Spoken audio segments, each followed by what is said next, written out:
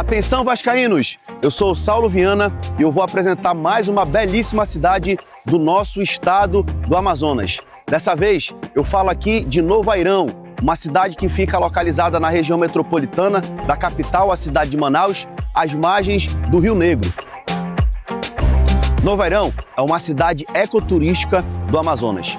Aqui nós temos várias belezas naturais, dentre elas o arquipélago de Anavilhanas, que é o segundo maior do mundo, com mais de 400 ilhas. Os turistas aqui podem fazer a pesca esportiva e também a pesca ornamental. Além também da atração turística de mergulho com botos, visitas em comunidades ribeirinhas e indígenas e o Ecofestival do Peixe-Boi.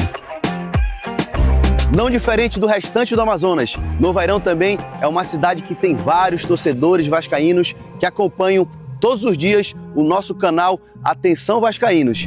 Salve, torcedor vascaíno! Muito bom dia! É um prazer estar com você por aqui no primeiro Faísca Taon do ano. E eu não poderia deixar de trazer uma novidade para você. Aqui a gente fala de Vasco, mas também traz novidades e essa é grande. A 7Cabet entrou em campo com o canal para elevar o nível da sua diversão e da confiança. Quer vantagem? Tem muitas. Super odds, saque instantâneo, cashback de até 25%, jogos variados e suporte 24 horas. É tudo transparente e seguro, do jeito que o vascaíno merece. Mas fica atento, é só para maiores de 18 anos e sempre com aquela responsabilidade. Quer conhecer? Aponta para o QR Code que está aí na tela e descubra o mundo da 7Cabet. Então, torcedor vascaíno, hoje é o primeiro Faísca Taon de 2026. E a gente está naquela entre-safra entre contratações, dispensas, e o que tem no momento é a Copa São Paulo de Futebol Júnior, que se inicia hoje. Aliás, vou trazer uma novidade aqui para você. Terminando o jogo hoje, a estreia do Vasco, eu, Emerson Rocha e Cerdeira, a gente vai entrar ao vivo para fazer um pós-jogo do jogo na Copinha. Então, se você tiver de bobeira hoje à noite, acabou o jogo da Copinha, a gente vai estar por aqui. Só que o Faísca Taon de hoje é sobre ajustes, sistema defensivo, aquilo que o Diniz precisa fazer para coroar e deixar ainda melhor o seu trabalho no Vasco. Vou trazer alguns lances aqui para debater com vocês, enfim, aquilo que eu gosto, que é a bola rolando. Depois da vinheta, eu volto falando sobre como o Fernando Diniz pode melhorar a questão defensiva da equipe do Vasco. Se liga aí.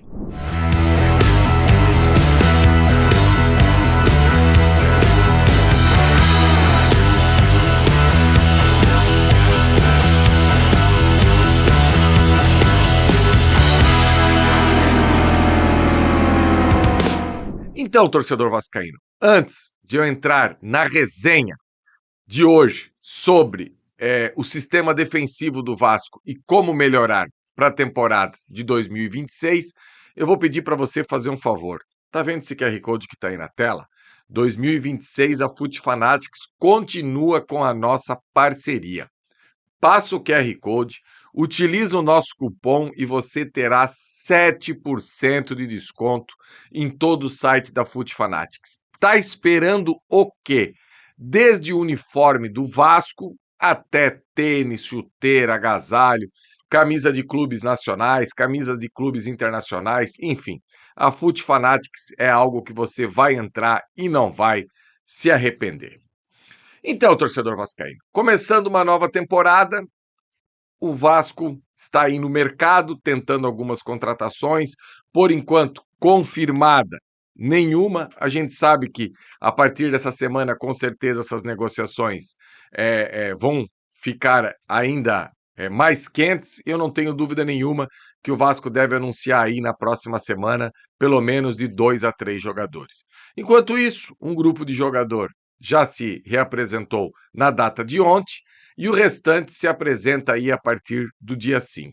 Lembrando que o Vasco já tem jogo daqui a 10 dias pelo Campeonato Carioca. Torcedor, olha só. Se a gente olhar os números frios do Vasco, o Vasco teve um ataque muito positivo, inclusive com um trio de ataque muito efetivo.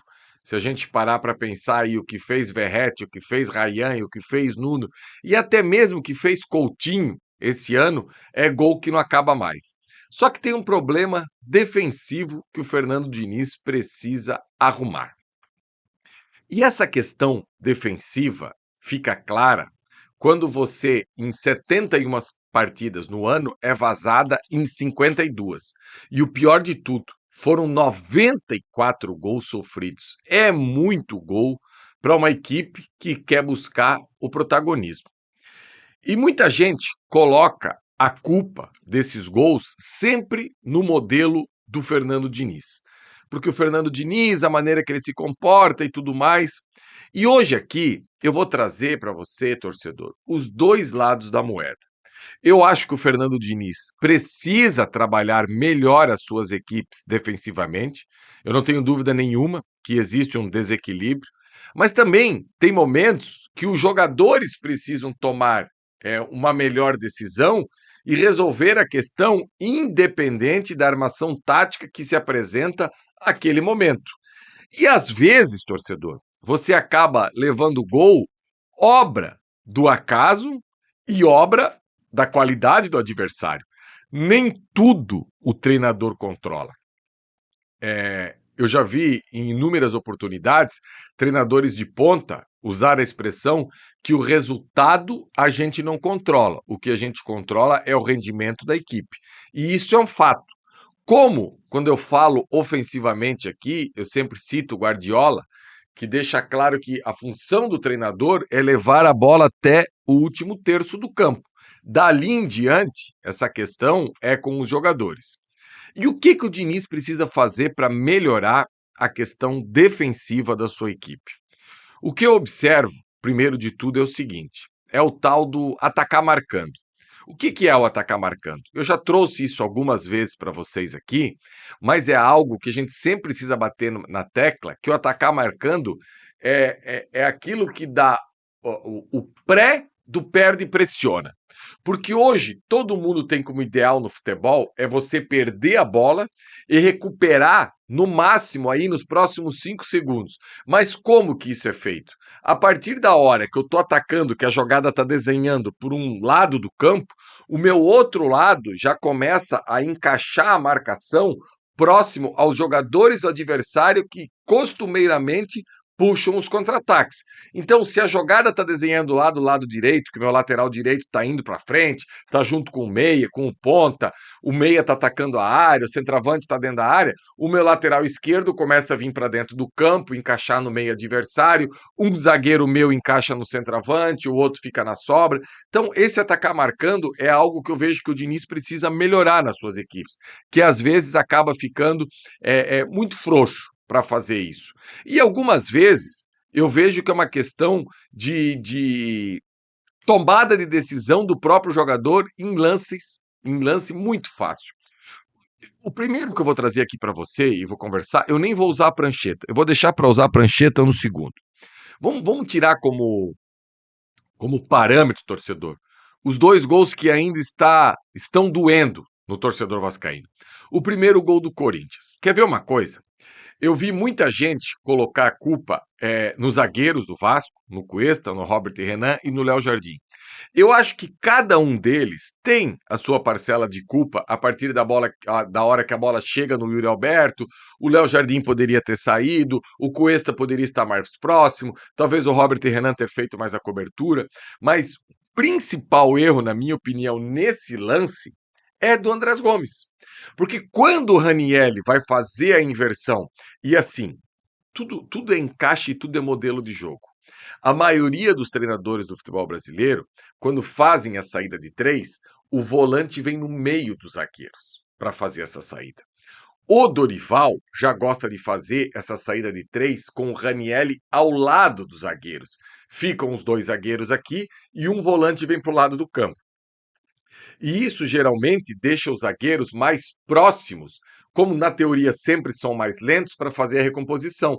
Porque quando essa saída é por dentro e um volante erra, se os dois zagueiros estão muito espetados, eles têm essa dificuldade na recomposição.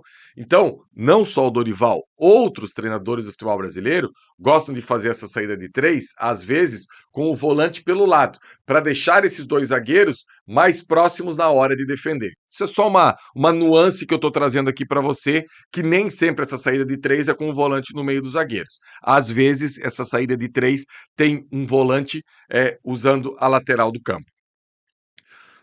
Perdão. Agora, o lance mais emblemático, e daí todo mundo ficou querendo achar culpado para tudo que é lado, é o lance do segundo gol do Corinthians. E eu vou usar a prancheta aqui, torcedor, para tentar explicar para você o que aconteceu nesse lance do segundo gol do Corinthians e você observar como, às vezes, a obra do acaso faz sair gol no futebol. Quer ver uma coisa? Vamos lá. A origem do gol do Corinthians no Vasco, 1 minuto antes, a posse é do Vasco. Inclusive, torcedor, chega um determinado momento. Aqui, eu tô com os jogadores aqui, tudo agrupados aqui, porque para ficar mais claro o que eu quero falar. Chegou um determinado momento, um pouquinho antes do gol, que tem um cruzamento do Paulo Henrique buscando o Puma aqui no segundo pau. Ou seja, os dois laterais do Vasco ocupando aqui praticamente a grande área do adversário. E que para que isso possa ocorrer, esse ataque marcando que eu falei precisa estar mais justo. Porque está claro que a lateral do campo, se meus dois laterais estão aqui, os meus extremas, teoricamente, estão dentro da área. O meu centroavante está dentro da área. O meu meia deve estar na proximidade da área. Aí eu já estou falando de 6 jogadores que não estão competindo defensivamente. Mas se você tem um atacar marcando justo, isso não é problema, porque a partir da hora que perde a bola, você consegue resolver. Agora, vamos lá, torcedor, desenhar essa jogada. Depois desse cruzamento aqui, em 2 momentos o Thiago Mendes disputa a bola na cabeça aqui, sobra para ele, ele dá 3 dedos para o Puma. O Puma cruza para dentro da área. Quando o Puma cruza para dentro da área, o Gustavo Henrique pega a bola e joga ela aqui. Né? Não era tão atrás, mas eu estou trazendo para deixar mais espalhado e para você, torcedor, poder entender o que aconteceu. O Gustavo Henrique, o Robert Renan, depois da rebatida do Gustavo Henrique, o Robert Renan cabeceia essa bola e ela cai aqui, entre o Puma e o Mateuzinho. E daí que eu falo do acaso. Olha como é que são as coisas. O Puma, que é destro, usa o pé, leva quase que um pé alto na cabeça do Mateuzinho e ganha a bola do Mateuzinho. Aí o Corinthians fica aqui com o Mateuzinho, que perdeu o duelo pro Puma, o Bidon na ponta do losango, como ele sempre esteve durante o jogo todo, e os 2 atacantes do Corinthians aqui, de mano com os 2 zagueiros do Vasco. O Paulo Henrique não tinha voltado ainda, porque o Vasco estava com essa posse aqui, e volta a falar, na origem era um cruzamento do PH que o Gustavo Henrique corta. Pois bem, a bola cai aqui, aí o Thiago Mendes e o Nuno aqui para ser passe para o PH. O que o PH faz? O PH tenta passar do Martinez, que está aqui, e erra. Quando o Martinez recebe essa bola aqui, ele dá esse passe entre os 2 jogadores do Vasco, o Nuno e o Thiago Mendes, e o Mateuzinho tá aqui. Mas esse posicionamento do Mateuzinho não é um posicionamento ensaiado. Isso aqui foi porque ele perdeu a bola para o Puma. Então, na jogada, ele acabou ficando para trás. Quando a bola entra aqui no Bidon, o Bidon tem a genialidade de dar de um lado e pegar a bola do outro. Nesse exato momento, o Cauã Barros também fica para trás. Muita gente condenando o Cauã Barros por não ter tentado matar a jogada. Você pode condenar ele por tudo, mas o que ele mais tentou foi matar a jogada. Talvez, se quando a bola estivesse com o Puma aqui e duas opções de passe, o Cauã Barros estivesse aqui mais encaixado no bidon, aqui, talvez ele conseguiria só a mão nas costas ali, dar aquela peitada e derrubar. Aí que vem o atacar marcando que eu falei lá no começo, lembra, torcedor? Só que foi lance de gênio, foi genialidade.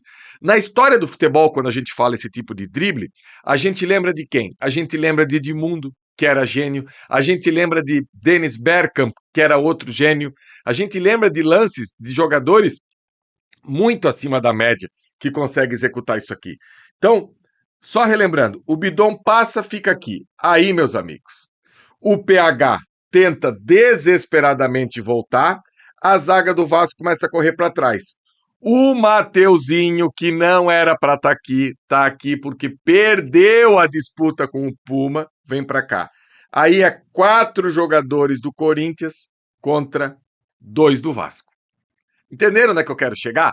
A gente quer achar muito culpado pro lance, né? Mas olha como é complexo. Por quê? Porque era um ataque do Vasco, o Vasco estava completamente no ataque. E outra coisa, se o jogador igual o Puma, tá, o Puma com a bola aqui, de mano com o Martinez, ele tinha acabado de ganhar o duelo com o Mateuzinho. A bola tá aqui. Ele poderia ter voltado a bola aqui no Thiago Mendes ou então no Nuno. Claro que poderia. Agora, se um jogador não pode tentar um drible nessa zona do campo aqui, desculpa, aí é muita pouca coragem. Ah, ele poderia ter voltado a bola? Poderia, claro que poderia ter voltado a bola. Mas ele tentou condenar um jogador porque tentou um drible nessa zona do campo. Eu condeno muito mais a jogada já ter chego nesse ponto aqui e o PH ainda não ter feito a cobertura, talvez confiando muito na velocidade que ele tem, o Cauã não estando mais próximo. Agora, ficar de mano aqui, esse 4 contra 2 que desenhou do Corinthians, e o torcedor vai lembrar perfeitamente, a bola entra no Mateuzinho, o Yuri Alberto faz a movimentação aqui, o Bidon vem pedindo aqui na entrada da área, a bola chega aqui, toque e para dentro. Caixa.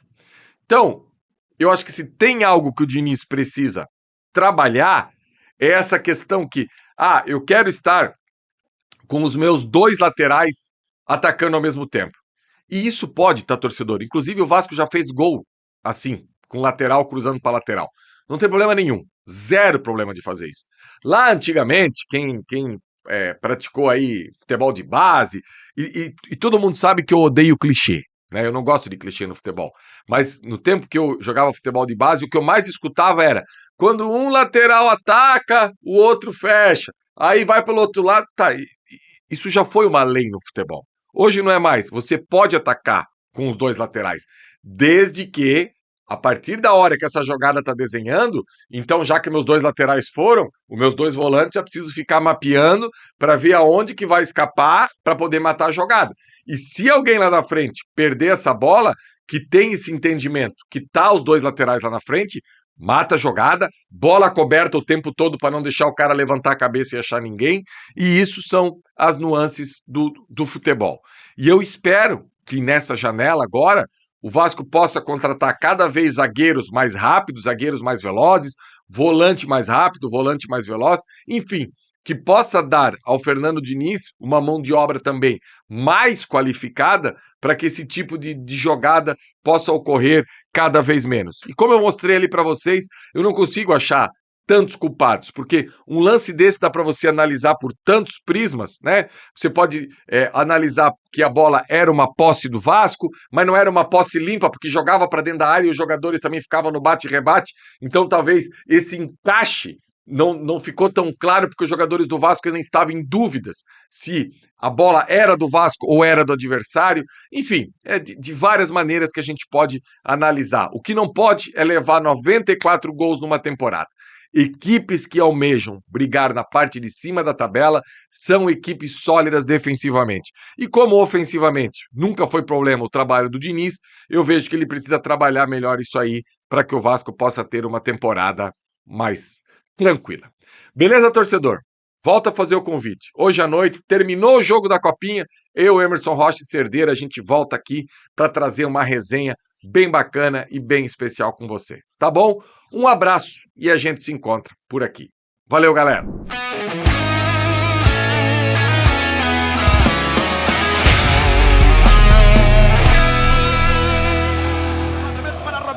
Modric sozinho, atenção, vai enfiar, gol!